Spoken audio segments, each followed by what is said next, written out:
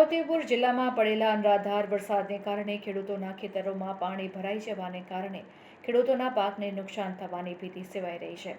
ખેડૂતોએ મોંઘા ભાવના બિયારણ, ખાતર, દવા નાખી વાવેતર કર્યું હતું, પરંતુ અંદાજિત 200 એકર ખેતરોમાં પાણી ભરાઈ જવાને કારણે ખેડૂતો મુશ્કેલીમાં મુકાઈ ગયા છે।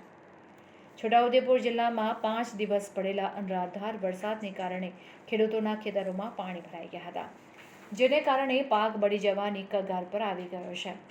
નસવાડી તાલુકાના ઘોડી સિમેલ ગામના ખેડૂતોના ખેતરોમાં વરસાદી પાણીનો સંગ્રહ થઈ ગયો હતો, જેને કારણે કપાસના છોડ હવે બળી ગયા છે।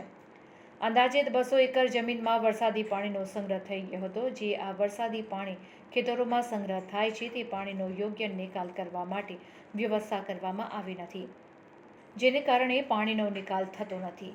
આ ગરીબ આદિવાસી ખેડૂતોની હાલત દયનીય બની ગઈ છે। ખેડૂતોએ મોંઘા ભાવના બિયારણ, ખાતર, દવા દેવું કરીને લાવતા હોય છે।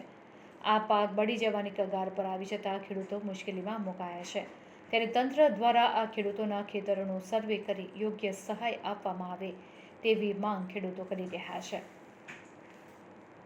રિપોર્ટર મુકેશ પરમાર, નસવાડી। છોટાઉદેપુર જિલ્લાનો નસવાડી તાલુકાની અંદર ગામ ઘોડીસીમેર આવેલું છે અને મારું નામ છે માધુભાઈ કાશીરામભાઈ ભીલ। અને અમારા ગામની અંદર 200 થી 250 એકર જમીનની અંદર પાણી ભરાયેલા છે અને વરસાદ 5-6 દિવસ પડવાના કારણે આ વરસાદી પાણીને લીધે અમારા ઘૂંટણસામાં પાણી ભરાઈ ગયા છે અમારા ગામની અંદર। એટલે અમારા નસવાડી તાલુકાના વહીવટી તંત્ર કમિટીને અમે રજૂઆત કરીએ છીએ કે અમારા ગામની અંદર સર્વે આવીને કરી જાય, જે કંઈ વળતર મળે એ અમે અમારી માંગ છે ખેડૂતોની। અને આ લોકોએ અમારે બધાને એવું હોય, ખેડૂતો માટે કંઈ બેંકો લઈને ખેતી કરતા હોય અને કોઈ અન્ય બેંકો, ખાનગી બેંકો બી બહુ લીધેલી હોય અમુક।